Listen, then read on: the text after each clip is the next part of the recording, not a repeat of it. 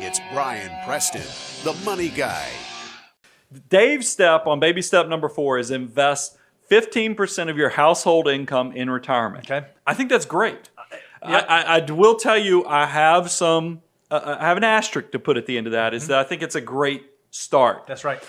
Because what I would suggest, what I like about this is that I think everybody, and Fidelity actually had some research on this. If you are starting to save in your 20s, 15% might be enough, because there's some research out there by Fidelity's that if you start saving in your 20s, Fidelity Investments recommends saving about 15% of your income for retirement. So right there, if you're in baby step number 4 and you're in your 20s, spot on. You might be okay. I mean, but if you're in your 30s, a lot of you, you kind of enjoyed your 20s. Maybe you were in school in your 20s, life was happening, so you start getting to the point that you can start saving in your 30s. Fidelity's recommending you might need to be saving 18% of your income. And then if you're one of these people that starts after 35, Fidelity is recommending, now this shows you how valuable compounding interest is, they're recommending you need to put away at least 23%. Right.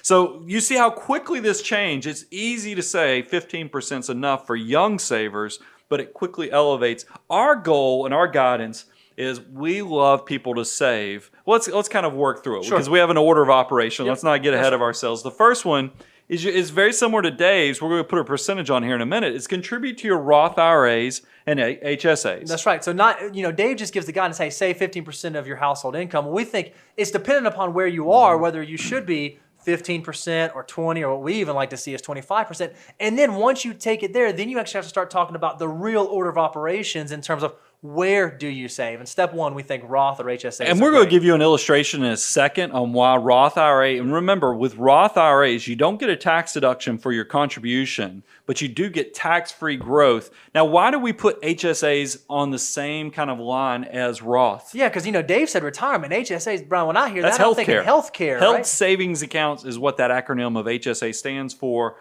HSAs are spectacular because they're what's called triple tax advantage. There's very few things. If we had a hype button here, we would hype that up. Whoa, whoa, whoa, because there's not many things that you can get triple tax advantage.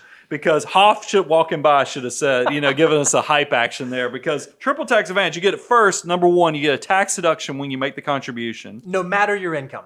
You get tax deferred growth on the money while it's sitting in the account waiting. It's not like an FSA where you have to use it or lose it. And then if you use it for health care on qualified medical expenses, it is tax-free distributions. Right. But guess what? So that's 3. That's the triple tax advantage. But there's a 4th thing that puts this on the same level as Roth IRAs. Once you're age 65 or older, you can actually use these contributions for other expenses outside of healthcare to supplement your retirement. Now, they will be taxed like ordinary, IRA distributions or 401k distributions, but still, it's great that these things are closet retirement accounts with the triple tax advantage. So number 5, very powerful stuff. So step 1, contribute to your Roth and then your HSAs. And then we think in this same vein, the next step will be max out your employer-sponsored retirement plan. Yeah, you want to. This is one of those things where, remember, with your employer plans, a lot of you have 401ks, 403bs. You can contribute $19,000 a year. If you're 50 or older, you can add $6,000 catch-up contribution to that. Now, I do always like to warn people, when you put money into these retirement plans, they do have, if you're under 59 and a half, you're going to be restricted. So don't put money that you can't just walk away from. Right. This truly does need to be retirement money, just like what Dave is referencing with the 15%. And if you have if you're a person that has maybe access to a 457 plus either a 403b or 401 type plan, you have the opportunity to turbocharge your investments. I'm looking at my medical professionals that work at hospitals, because you can actually double dip and actually fund both of these retirement plans. Huge opportunity right there. And that leads to number 7, because you probably, to do both retirement plans, you'd be in that number 7, which is hyperaccumulation. Right. Now, you heard me say earlier, 20-year-olds, according to Fidelity, can save 15%. But as soon as you get into your 30s and 35, that number quickly approaches 20 to 25%. We think that is where, because Millionaire Next Door has a formula where they talk about saving strategies, and they talk about hyperaccumulators. And I've always liked that term of hyperaccumulators. So I think if you need to be saving, the only thing I would put an asterisk next to what Dave has, instead of investing 15% of your household income to retirement, I wish it was 20 to 25% because I'm a hyper accumulator. So again, I think Dave's baby step number 4, we love it. We agree with it. Say 15. We think it's a good starting point.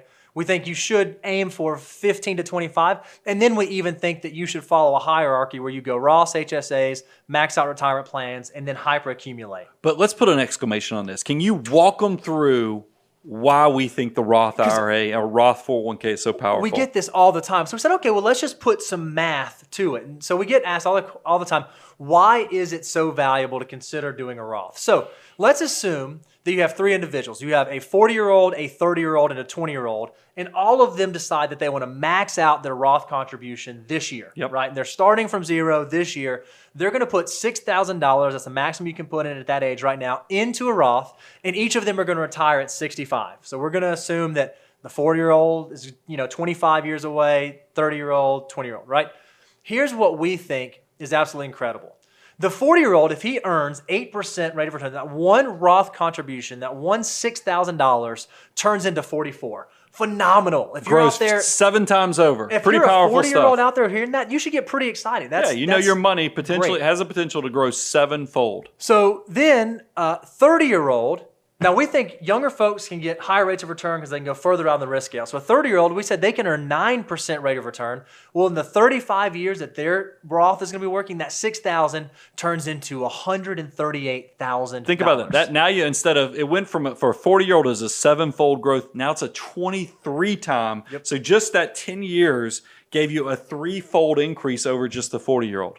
And this one blows your mind. Now let's talk about the 20-year-old. That 20-year-old that decided I'm going to go max out my Roth and put $6,000 in it. By the time that person gets to retirement, age 65, that one single contribution is worth over $530,000. That is the power of 88 times over. We talk about that concept all the time. And look, this is why, and we get a little flack from it, but I am so passionate about all of my listeners that are in their 20s and 30s. I want you got to get the credit cards paid off because that's realize you're paying 17, 14, 15, 16, 17% interest rate on that. That's working against you. But you are going to come into sometimes the decision of, should I be paying off this low interest loan or should I even be paying off my mortgage early? We'll be talking about that in a second. And Dave doesn't even suggest that. He wants you saving 15. I'm just saying that while you're young, in your 20s and 30s, go get that compounding growth because your army of dollar bills with that foundational investments while you're younger is going to be the meatiest portion of your army of dollar bills working for you so you can work less in the future. Dave has a saying, live like no one else so you can live like no one else. I know he's talking about in terms of debt and other things, but I think he's also talking about letting your money work for you. Think about 20 and 30-year-olds. I mean, it's disgusting. I'm in my mid-40s. Look at 20-year-old, the same $6,000. There's no difference in money out of pocket. That's right. $530,000 versus $44,000. It's night and day. And here's what I think is the most exciting about this illustration. If you take that 20-year-old and you think about that $530,000, if this person would have just done a regular 401k contribution or like put this into a traditional IRA, when they go to retire and pull that $530,000, they have to start paying tax on it. Exactly. When you look at doing that inside of the Roth IRA structure, the Roth 401k structure, all $524,000 of earnings, of growth, of interest, or whatever you want to call it, completely tax-free. It is unbelievable. It is so, so exciting.